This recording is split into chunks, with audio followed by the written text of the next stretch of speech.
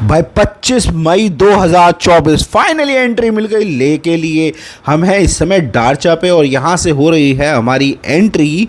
तो welcome back दोस्तों, मैं हूँ आपका दोस्त सचिन और आज हम निकल चुके हैं ले के लिए डारचा से मनाली ले हाईवे पर।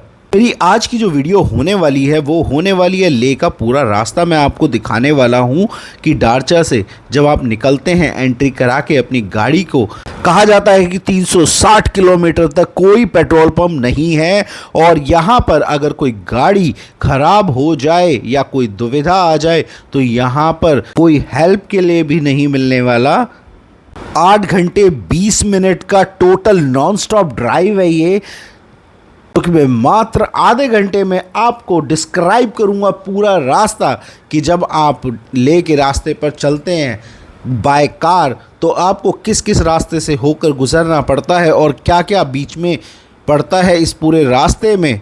मेरा वादा है जब आप अगर मेरी ये पूरी वीडियो ध्यान से देखेंगे बिना स्किप करे हुए तो आपको ले बिल्कुल आसान लगेगा रास्ता। बिल्कुल भी ऐसा नहीं लगेगा कि आप कहीं अनजान जगह पे आ रहे हैं। मैंने बहुत डिटेल में और बहुत अच्छे तरीके से एक एक रास्ते का जो भी डिटेल है वो मैंने दिखाने की कोशिश करी है इस वीडियो में। मेरी पूरी वीडियो में अंत तक बने रहें, स्किप ना करें।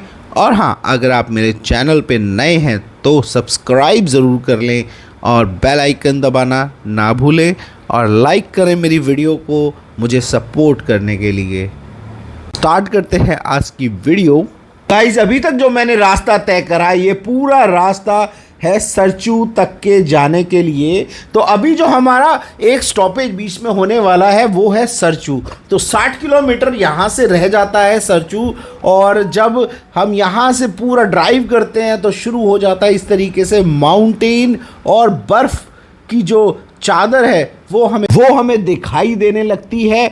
और यहाँ पर बिल्कुल भी ग्रीनरी बहुत दूर दूर तक नहीं दिखाई देती है, दिखाई देता है तो सिर्फ सख्त बर्फ़ और उसके अलावा सूखे पहाड़। यहाँ की जो ठंडी हवा है वो बिल्कुल सूखी होती है दिन के समय में और ऊपर से जो धूप पड़ रही है वो बहुत कैड़ी होती है, बहुत गर्म होती है। पर साथ ही में जो हवा चल रही होती है वो बिल्कुल ठंडी होती है। तो सर्द गर्म से आपका सर भारी होना तो बिल्कुल लाजमी है। ये देखो, जब हम चलते हैं तो कहीं तक तो रोड बहुत अच्छा आता है और पर बीच बीच में इस तरीके से ये रोड खराब होता है और फिर उसके बाद दोबारा ठीक आ जाता है। ले से 302 किलोमीटर पहले है जिंगजिंग बार। जिंगजिंग बार बहुत फेमस है। बेसिकली यहाँ पर कोई बार नहीं है, शराब या अल्कोहल यहाँ पर सर्व नहीं की जाती है, सिर्फ चाय और रिफ़्रेशमेंट के लिए यहाँ पर है ये टी स्टॉल। और इमरजेंसी में यहाँ पर रुकने के लिए भी छोटी मोटी सुविधाएं मिल जाती है जो कि लिमिटेड लोगों के लिए है। और जिंगजिंग बार से जैसे ही आप आगे चलेंगे तो बर्फ़ की चादर और मोटी हो जाती है और यहाँ पर बर्फ़बारी रात में डेफिनेटली होती है। और यहाँ पर डोज़र आपको जगह जगह खड़े हुए मिलेंगे जो कि बर्फ़ को समय समय पर हटाते रहते हैं ताकि टूरिस्ट यहाँ से पास कर सकें। और बर्फ़ का पानी यहाँ से बहता रहता है, दोनों तरफ आपको बर्फ़ दिखाई देगी और बर्फ़ की घाटी के बीच में से होकर आप यहाँ से गुजरेंगे। हालांकि क्योंकि एक तरफ से आने का और एक तरफ से जाने का रास्ता शुरू के 10 दिनों में खोला गया था तो पूरा रास्ता बिल्कुल साफ़ सुथरा था और ज़्यादा ट्रैफिक यहाँ पर बिल्कुल भी नहीं था। तो भाई यहाँ बर्फ़ और बढ़ती जा रही है और देखिए पीछे मेरे कितनी बर्फ़ ही बर्फ़ है। और देखो ये है रोड। मैं हूँ इस समय बारचा कैफ़े में। तो जी ये है बारालाचा और यहाँ पे जगह जगह जो नाम है जिंगजिंग बार करके कई सारे यहाँ पर कैफ़े हैं और यहाँ से जो है रुकना है तो 200 रुपये पर पर्सन यहाँ पर रुकने का भी व्यवस्था हो जाती है। और जी अगर बर्फ़ ना पड़ी हो पर आपको आना पड़ेगा सही टाइम पर। बेसिकली यहाँ पर किसी एक जगह का नाम या एक रेस्टोरेंट का नाम जिंगजिंग बार नहीं है। यहाँ पर काफ़ी सारी शॉप्स हैं या टपरियाँ हैं कह सकते हैं आप चाय की, जिनका नाम जिंगजिंग बार है, और वो लोग रात को इमरजेंसी में रुकने के लिए भी व्यवस्था बना के रखते हैं।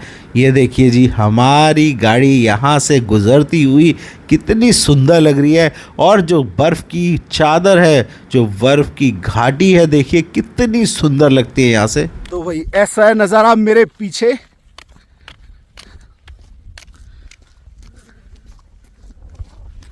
रोड पर ज़्यादा देर गाड़ी खड़ी करना ठीक नहीं होता, क्योंकि गाड़ियाँ अगर पहाड़ों पर हम इस तरीके से खड़ी करेंगे तो जाम लगने का डर होता है। फिर उसके बाद जब बारालाचा पे आप चलते हैं तो बीच में रोड इस तरीके से भी ख़राब आता है, जो कि बिल्कुल टूट चुका है, और ये बर्फ़बारी जो होती है, बर्फ़बारी होती है, फिर उसके बाद पानी बहता है, धूप लगती है, तो कंट्रैक्शन और एक्सपेंशन की वजह से ये रोड टूट जाते हैं। और फिर आगे देखिए, फिर दोबारा बर्फ़ की इस तरह की चादरें एकदम बीच में नज़र आने लगती है, और हम चलते चले जाते हैं हाई ऑल्टीट्यूड की तरफ।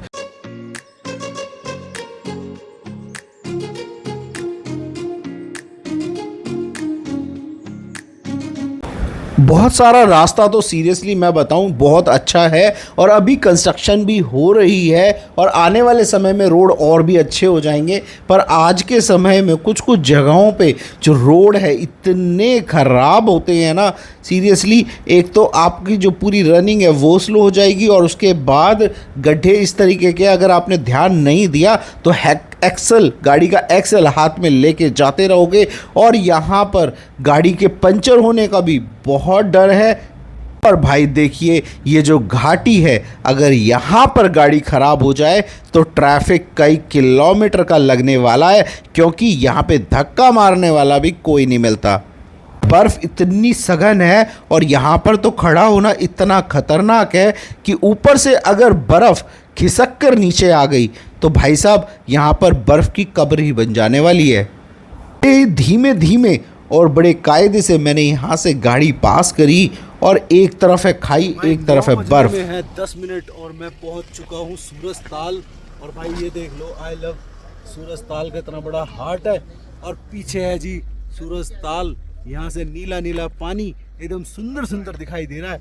और जी देखिए, लोग अपनी फोटो मेमोरीज बना के यहाँ से ले जाना चाहते हैं। और जी देखिए, यहाँ से जितना आप देखेंगे चारों तरफ आपको बर्फ की चादर ही चादर नजर आएगी। भाई यहाँ पे पता नहीं कौन सी बर्ड है, बड़ी सुंदर लग रही है, और स्पैरो जैसी लग रही है। ये देखो जी कितनी सुंदर बर्ड है। जी, इस बर्फ के रेगिस्तान में मुझे दिखाई दी स्पैरो, जो कि बहुत सुंदर थी, और सीरियसली मैंने रुककर उसकी वीडियो बनाई, और सीरियसली आपके साथ शेयर करते हुए मुझे बहुत अच्छा लग रहा है। फिर उसके बाद जैसे ही हम सूरज ताल से आगे चलते हैं, बर्फ़ और सघन हो जाती है, और फिर उसके बाद बर्फ़ की चादर मेरे दोनों तरफ होती है, और भाई साहब यहाँ पर गाड़ी खड़ी करना बिल्कुल भी सेफ़ नहीं होता। पर मैं बारालाचा पास में, और जो यहाँ का इस समय ऑल्टीट्यूड है वो है जी कितना, 4850 मीटर। और जी यहाँ पर 4850 मीटर की हाइट पर हम हैं इस समय बारालाचा पास पे। और देखिए यहाँ का कुछ ऐसा है एनवायरनमेंट। और ये है भैया हमारे साथ, क्या नाम है भैया आपका? रवि मेला जी, सीकर से, राजस्थान से। और ये हमारे अभी नए सब्सक्राइबर हैं। बहुत अच्छा है, फॉलो करो, सब्सक्राइब करो। तो जी इस तरीके से हमें मिले नए सब्सक्राइबर। और देखिए यहाँ पर फिर आगे जैसे बारालाचा पास से चलते हैं तो भाई बर्फ़ और ज़्यादा तेज़ी से बहने लगती है, क्योंकि होने लगती है दोपहर और बढ़ने लगती है धूप, जिसकी वजह से बर्फ़ पिघलने लगती है। और भाई जिसका डर होता है इस पूरे वीराने में, वही कांड हो गया, गाड़ी हो गई पंचर।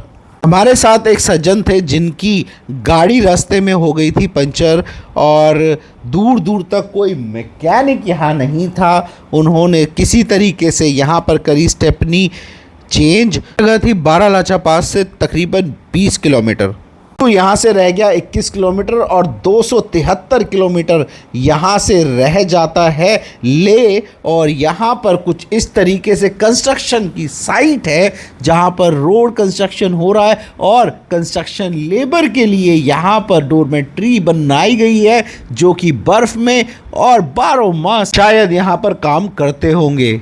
हालांकि एक ऑल्टरनेटिव रोड यहाँ पर बनाया जा रहा है, पर फिलहाल यहाँ पर इस तरह का कच्चा रास्ता है जिसको बड़ा धीमे धीमे से पास करना होता है। और यहाँ पर है एक फ्यूल स्टेशन, हम उतरकर देखेंगे क्या ये फ्यूल स्टेशन पेट्रोल भरने के लिए है। हमारी जानकारी के अकॉर्डिंग यहाँ पे कोई फ्यूल स्टेशन नहीं है और ले के बीच में ये एक पेट्रोल पंप है। मैं ज़रा जान के आता हूँ कि ये क्या पेट्रोल पंप वर्क कर रहा है। तो ये फ्यूल स्टेशन है तो सही बाबूजी, पर ये जो फ्यूल स्टेशन है ये है डीजल का और सिर्फ सरकारी है। और सिर्फ जो यहाँ पे सरकारी गाड़ियाँ कंस्ट्रक्शन के लिए काम कर रही हैं या और कोई काम कर रही हैं ये उसी के लिए है। तो इसका मतलब अभी तक तो कोई यहाँ पे पेट्रोल पंप है नहीं। तो जी सरचू से 20 किलोमीटर पहले ये अभी एक पुल है जो कि लकड़ी का फ्रेम जिसके ऊपर बना हुआ है और इसको पास करके हम लोग चलते हैं आगे। और यहाँ से अब जो पांग रह गया है वो है 95 किलोमीटर और ले यहाँ से रह जाता है 269 किलोमीटर। इस पेनफुल रास्ते को पार करने के बाद फिर दोबारा शुरू हो जाते हैं इस तरीके से सुंदर सी घाटी और रोड हो जाता है बड़ा ही साफ़ सुथरा। और यहाँ पर है 60 किलोमीटर प्रति घंटे की स्पीड, पर ध्यान रखना होता है कि यहाँ पर कोई गाड़ी किसी ट्विस्ट एंड टर्न पे सामने ना आ जाए और गाड़ी अगर बहुत ज़्यादा तेज़ होगी तो फिसलते हुए सीधे घाटी में चली जाएगी और वहाँ से गाड़ी को वापस निकलना बड़ा ही मुश्किल है अगर आपकी फ्रंट व्हील ड्राइव है तो। और पत्थर यहाँ के इतने तीखे हैं कि जैसे वो पीछे मैंने आपको दिखाया था एक दुर्घटना हो गई थी और वहाँ पर टायर पंचर हो गया था तो पंचर हो जाते हैं इस तरीके से। फिर दोबारा बीच बीच में रास्ते टूटे फूटे आते इस समय सरचू है यहाँ से 7 किलोमीटर और जी पूरा रेगिस्तान है, दूर दूर तक ठंडा चिल्ड रेगिस्तान। धूप बेशक एकदम तेज पड़ रही है पर ठंडी ठंडी हवाएं धूप का असर तोड़ दे रही हैं। ये देखो जी चारों तरफ बर्फ ही बर्फ और जी खाली ना कोई पेड़ ना पौधा, बस है तो झाड़ियाँ छोटी छोटी सी। 25 मई 2024 जो कि मैं 10 दिन हुए हैं अभी रास्ते को खुले हुए मुश्किल से और मैं इस रास्ते को तय कर रहा हूं, अभी क्रॉस कर रहा हूं। तो यहाँ पर जो कैफ़ेज़ हैं या फिर रुकने के लिए जो शेल्टर्स हैं वो अभी शायद वर्किंग में नहीं है प्रॉपरली, अभी उनका इंस्टॉलेशन चल रहा है। और जैसे ही आप सरचू के नज़दीक पहुंचते आएंगे तो आपको दो बहुत ही इंटरेस्टिंग पुल दिखाई देंगे जिसमें से एक का नाम है वाइन ब्रिज और दूसरे का नाम है विस्की ब्रिज।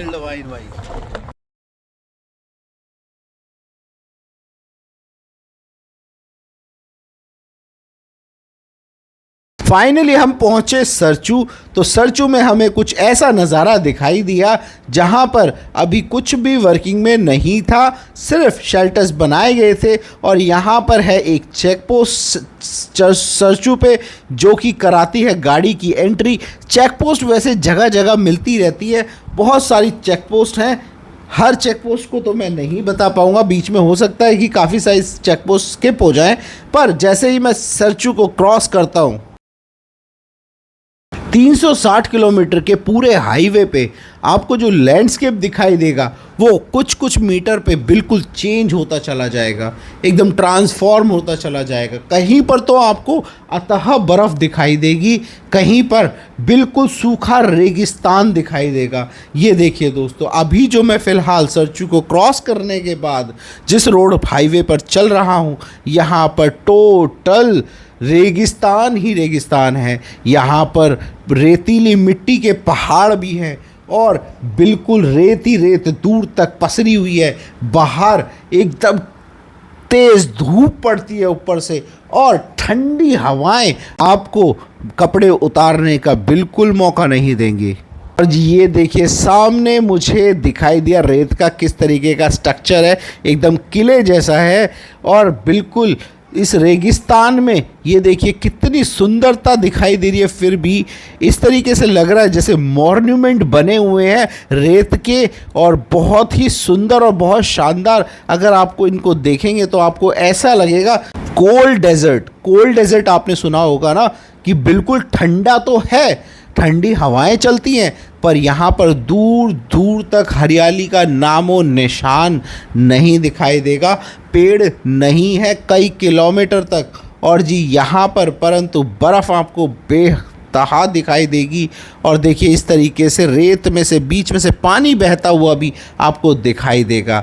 ये सामने देखिए दोस्तों कितने सुंदर स्ट्रक्चर्स दिखाई दे रहे हैं जो कि बिल्कुल मैन मेड लगते हैं, पर मैं आपको बता दूं ये इनमें से कोई भी मैन मेड नहीं है, और ये मात्र हवा और पानी के इरोजन से और बर्फ़ के इरोजन से बना हुआ है। यहाँ पर कंस्ट्रक्शन चल रही थी। ये जो जगह मैं अभी आपको दिखा रहा हूँ ये है पांग। मेन पांग यहाँ से अभी तकरीबन 8 से 10 किलोमीटर रह गया है, और यहाँ पर रोड की कंस्ट्रक्शन अभी चालू है। और जैसे ही आप ये पहुँचेंगे, आप एक घाटी में, पांग की घाटी में पहुँच जाएंगे। वहाँ पर हम करेंगे नाश्ता, और देखिए इस तरीके की रोड कंस्ट्रक्शन अभी यहाँ पर चालू है।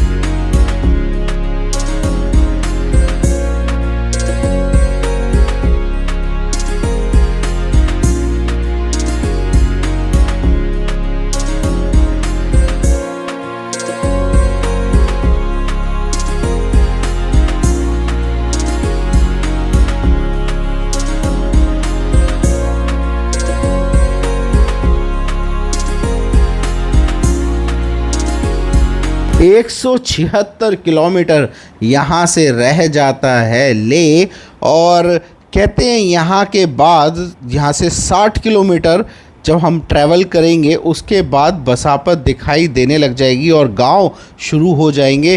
तो ये देख लीजिए दोस्तों, ये है पांग। यहाँ पर मैंने पूछा कि यहाँ पर लोग कब कब रहते हैं, तो कहा कि यहाँ पर यूजुअली लोग जब बर्फ़ नहीं पड़ती है गर्मियों के समय में यहाँ पर आ जाते हैं, और यहाँ पर जो लोग हैं यहीं आसपास में उनके गांव भी हैं। और जी ये बन रहा है रोड। यहाँ पर देखिए कितनी सुंदर घाटी है, बस यहाँ पर कमी है तो पेड़ पौधों की। अगर यहाँ पर प्लांट्स लगा दिया जाए तो ये जगह जन्नत से कम नहीं होगी। यहाँ तक मैंने कार जो ड्राइव करी बिल्कुल नॉन स्टॉप ड्राइव करी, और मैं सीरियसली यहाँ पर आते आते बहुत थक गया था, क्योंकि एक तो यहाँ पर सांसें भारी हो जाती हैं तो वैसे थकावट होने लगती है। तो मैंने सोचा क्यों ना यहाँ पर थोड़ा सा नाश्ता करके, और सुबह क्योंकि भूखे ही निकल गए थे, सिर्फ चाय वाय पी कर ही निकले थे, तो हम लोग यहाँ पर अब देखिए कबूतर और जी ये कौवे यहाँ पर इंसानों के साथ साथ इस बीहड़ में आ गए हैं यहाँ पर। और जी यहीं पर मैंने अपना नाश्ता वाश्ता करके थोड़ा सा रेस्ट करके निकलने वाला हूँ मैं यहाँ से। जी ये जो कौवे जैसी चीज़ दिखाई दे रही है बड़ी शाइनी थी, मैंने पूछा ये क्या है, तो यहाँ के लोगों ने बताया कि ये लूमा है। कोयल और कौवे का मिक्स जैसी एक बर्ड है लूमा। इसकी चोंच येलो है, कलर एकदम कौवे जैसा काला है पर शाइनी है।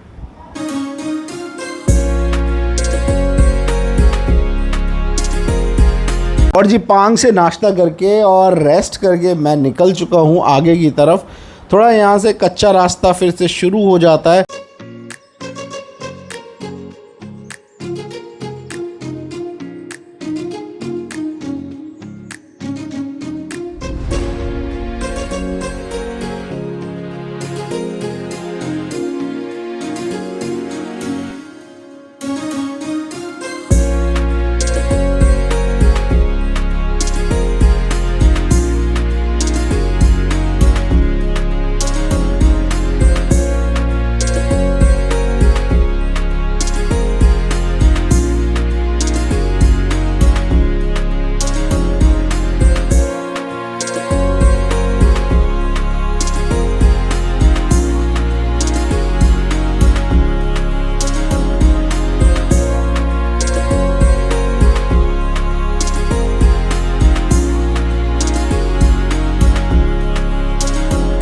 और जी 10-15 किलोमीटर चले थे, फिर उसके बाद रोड ठीक हो जाता है थोड़ा बहुत।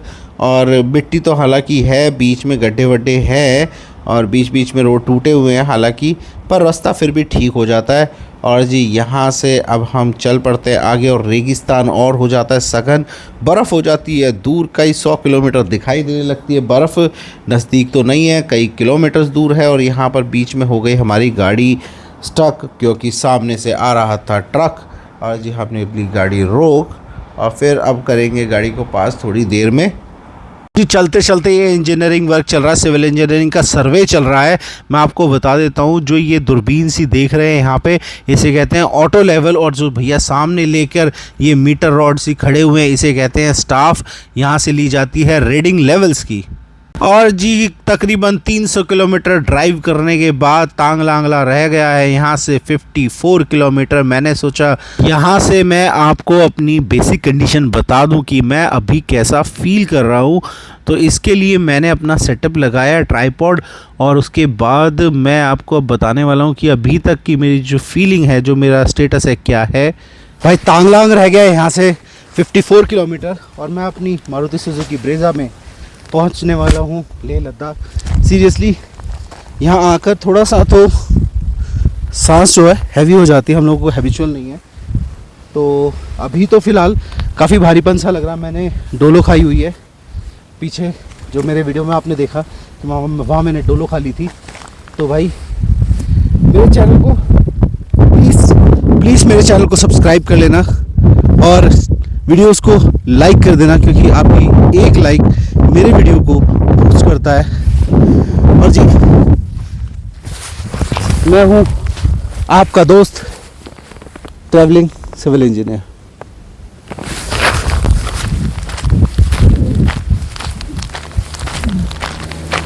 जी ये पांग और डिब्रिंग का इंटरसेक्शन है। पीछे से मैं आया हूँ जहाँ पे वो गाड़ी और बोर्ड दिखाई दे रहे हैं, और अभी जिस तरफ मैंने लेफ़्ट साइड में मुंह कर रखा है वो चला जाता है इंडस वैली की तरफ, इंडस रिवर की तरफ, और सीधे चला जाता है लेह पर। तो हम लोग अपने लेह के रास्ते पर निकल पड़े हैं। और जैसे ही आप यहाँ से क्रॉस करेंगे इस इंटरसेक्शन से, तो माउंटेन्स दोबारा शुरू हो जाते हैं कुछ किलोमीटर के बाद में। और इस तरीके से देखिए झरना बह रहा है, और पानी पे, रोड पे पानी जो आ रहा है, ये रास्ता थोड़ा सा डेंजरस हो जाता है अगर पानी की जो स्पीड है वो ज़्यादा हो। तो अभी पानी की स्पीड कम थी तो मैं निकल पड़ा हूँ। ये देखिए बर्फ़ यहाँ पर पड़ी हुई है, और जो बर्फ़ है उसकी जो चोंची, जो नोक दिखाई दे रही है, वो बेसिकली इसलिए है क्योंकि रात में ठंडी और मॉइस्ट हवाएं चलती हैं, और वो एक के ऊपर हवा के ठंडे होने की वजह से बर्फ़ के साथ जमती चली जाती हैं। तो इस वजह से ये ऐसे स्पाइक्स से यहाँ पर बने हुए हैं। और देखिए दोनों तरफ अब हो रही है बर्फ़, और होती आ रही है अब शाम।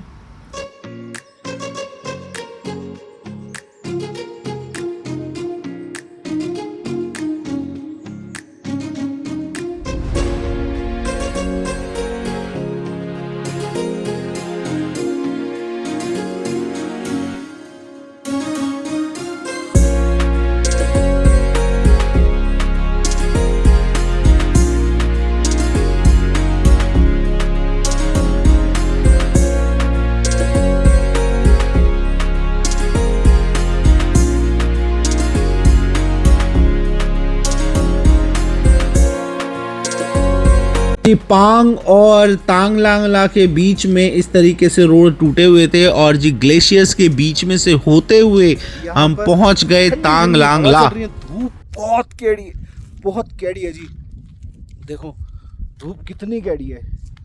और जी यहाँ पर क्या क्या है वो हम आपको दिखाते हैं। देखो भाई तांगलांगला पे एक तो ये माइलस्टोन लगा हुआ है, और बुद्ध स्तंभ बना हुआ है, और जी हाइट लिखी हुई है, और G highest cafe in NS3 17,482 feet लिखा हुआ है इस कैफे पे। तो भाई ये कैफे मुझे लग तो रहा नहीं है कि अभी इसमें कोई है। और जी देखते हैं और क्या क्या है यहाँ पे तांगलांगला पे। तो भाई NH3 पर हाईएस्ट पॉइंट है, तो भाई यहाँ पर बाथरूम की सुविधा भी है। और जी ये देखो झंडे लगे हुए हैं और एक मोनेस्ट्री भी है। दिखाते हैं मोनेस्ट्री, अंदर चलते हैं। ये देखो भाई, ये मोनेस्ट्री है। यहाँ पर एक सुंदर सी मोनेस्ट्री, इसके अंदर कोई है, देखते हैं भाई। तो भाई यहाँ पर मोनेस्ट्री में फ़ोटोज़ लगी हुई हैं, अभी कोई है नहीं। तो भाई ज़्यादा देर यहाँ रुक नहीं सकते, सांसें जो है भारी हो रही है। चंडीगढ़ सब लिखा हुआ है, देख लो भाई। यहाँ पे ज़्यादा चल नहीं सकते, जितना ज़्यादा चलेंगे उतनी सांसें भारी होंगी। ऑल्टीट्यूड 17,482 फीट है। तो भाई इस समय मैं हूँ तांग लांगला, जो कि NH3 का सबसे हाईएस्ट पॉइंट है। कि एक और बड़ी खासियत है कि दुनिया का ये 12वां सबसे हाईएस्ट पास है और 17,480 की हाइट को अगर मैं कंपेयर करूं दिल्ली से, तो दिल्ली की मैक्सिमम हाइट समुद्र तल से है 820 फीट। अगर डिफरेंस मैं लगाऊं तांगलांगला और दिल्ली के बीच में, तो इसकी हाइट का डिफरेंस आता है 16,660 फीट। मीटर में तकरीबन 5,000, किलोमीटर में 5 किलोमीटर। यहाँ पर हवा चल रही है, बिल्कुल ठंडी है, सूरज ऊपर चमक रहा है, पर भाई साहब बिल्कुल ठंडी हवा चल रही है और हवा है बहुत भारी। तो इसको अगर आप इनहेल करेंगे तो जी सांस लेने में थोड़ा सा ऐसा लगेगा कि तकलीफ हो रही है। तो एजेडली और बच्चों को इसीलिए स्पेशली हिदायत दी जाती है कि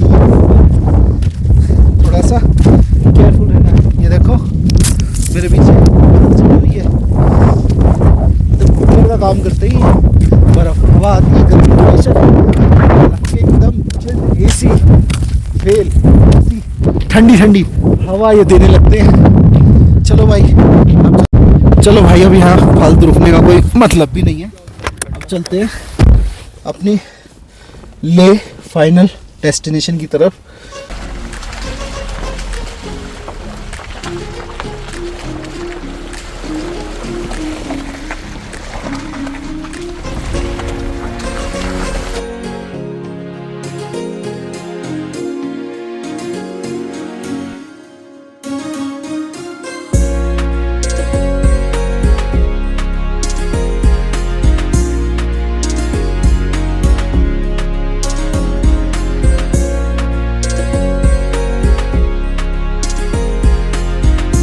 और जी अब मैं पहुंच चुका हूं लेह के पास, और जो मेन सुनसान इलाका था वो हो चुका है ख़त्म। हालांकि अभी आगे कोई पेट्रोल पंप तो नहीं मिलने वाला है, पर बस्तियां शुरू हो गई हैं और यहाँ से आगे शुरू हो गए हैं गांव और घर दिखने आपको शुरू हो जाएंगे 60 किलोमीटर पहले। तो भाई ये है ससोमा, पहला गाँव है, 13,570 फीट की हाइट पर है। अपनी गाड़ी वो पीछे खड़ी है, चलो आगे चलते हैं। 2,700 फीट, 828 मीटर, ये मैं जो आपको नंबर बता रहा हूँ ये नंबर है हाइट के, जो हैं बुर्ज खलीफा, दुनिया की सबसे ऊंची टॉलेस्ट बिल्डिंग। ये जी आप खुद ही अंदाज़ा लगा लीजिए इस समय मैं समुद्र तल से कितनी ऊंचाई पर हूँ यहाँ पर।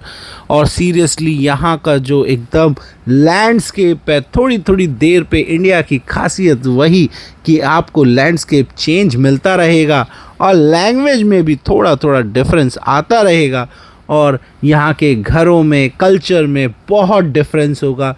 यही जो विविधता है ये हमारे भारत में हर कुछ किलोमीटर पे आपको नज़र आती रहेगी।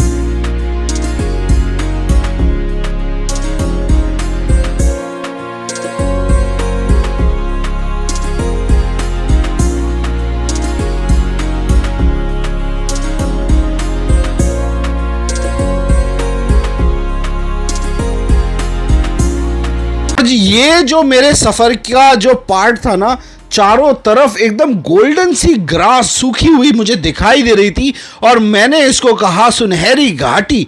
और सीरियसली ये सुनहरी घाटी से कम नहीं थी। यहाँ जो घास दिखाई दे रही थी पहाड़ों पर पूरी सुनहरी सुनहरी और बहुत ही सुंदर लग रही थी। पता नहीं मैं कैमरे से आपको ये चीज़ प्रेजेंट कर पा रहा हूँ या नहीं, पर सामने एकदम आपको ऐसा लगेगा जैसे सुनहरा सोना पड़ा हो नीचे।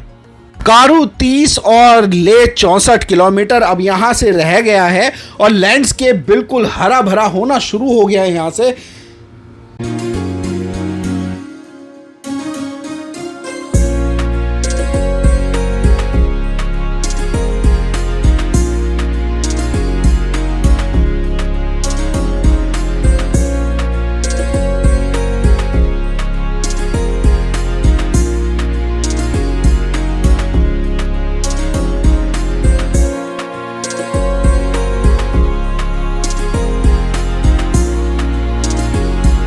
देखो जी, हमें छोटी सी गाय दिखाई दी। ये छोटी हाइट वाली गाय मुझे लग रही है बड़ी क्यूट और बड़ी सुंदर सी ये गाय थी, तो मैंने शूट कर लिया।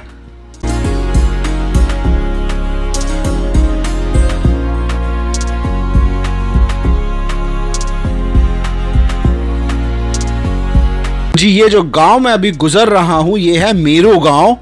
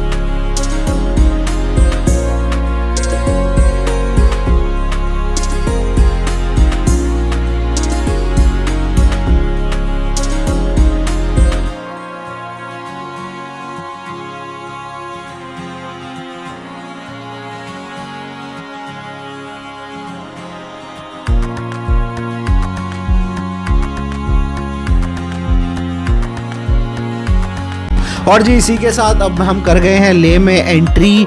और ये जो बोर्ड लगा हुआ ये बोर्ड है फ्लड और इरिगेशन डिपार्टमेंट का ले से।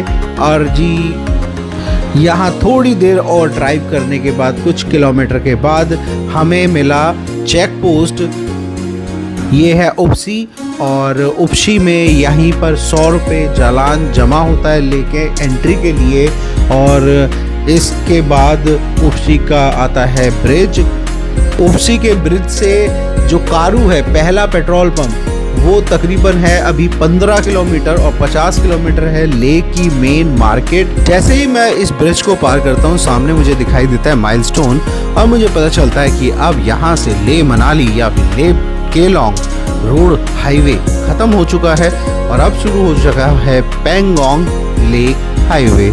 हमारे लेफ्ट और राइट दोनों तरफ जाने का रास्ता है पेंगोंग का। बस फर्क इतना है कि अगर हम राइट से जाते हैं तो हमें तकरीबन 300 किलोमीटर की ड्राइव करनी पड़ेगी और लेफ्ट से हम जब कारू से होते हुए जाएंगे तो हमें 127 किलोमीटर का रन करना पड़ेगा। अगर आप ले मनाली हाईवे से होते हुए ले आ रहे हैं तो मेरे हिसाब से आपको कारू से डायरेक्ट सीधा चला जाना चाहिए पेंगोंग और पेंगोंग घूमने के बाद आपको जाना चाहिए नुब्रा वैली। मेन ले मार्केट में जाकर स्टे करने का कोई सेंस नहीं बनता ले शहर में, या फिर आप बीच में भी यहाँ कहीं इसी कारू में ही आसपास कहीं भी स्टे ले सकते हैं ताकि आप पेंगोंग घूमने जा सकें। अदरवाइज़ अगर आप जाते हैं ले मार्केट और उसके बाद अगर आप जाते हैं नुब्रा वैली और पेंगोंग तो ज़्यादा समय लगेगा। उसी में आते ही हमारे आ गए हैं मोबाइल के नेटवर्क। थोड़ी देर के लिए शोशोमा में भी नेटवर्क आए थे, पर बीच में नेटवर्क बिल्कुल कट गया था, पर अब यहाँ से नेटवर्क फुल्ली आना शुरू हो गया है और अब यहाँ से आगे लेह तक नेटवर्क की ऐसा कोई ज़्यादा दिक्कत होने वाली नहीं है।